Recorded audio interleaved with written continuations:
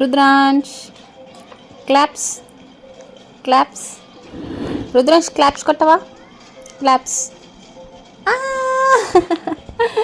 మరి బచ్చా.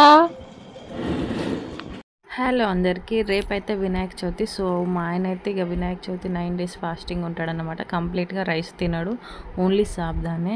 సో అందుకే తన కోసం నేను ఆలు ఫ్రై చేసినాను, అలాగే పప్పు కర్రీ చేసినాను అన్నమాట. ఇక రేపు పప్పు చేయొద్దు కాబట్టి ఇక కొంచెం ఇది పప్పు అండ్ వేడి వేడి అన్నం, ఆయనకి మళ్ళీ దొండకాయ వేపుడు పకోడీలాగా చేసినాను అన్నమాట.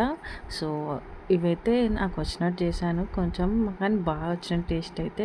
ఆయన కంప్లీట్గా ఫాస్టింగ్ ఉంటారు కాబట్టి ఇవి రోజు ట్యూస్డే రోజు మళ్ళీ మేమేం నాన్ వెజ్ తినము, అందుకే వెజ్ తోటే సరిపెట్టుకున్నాడు అనమాట.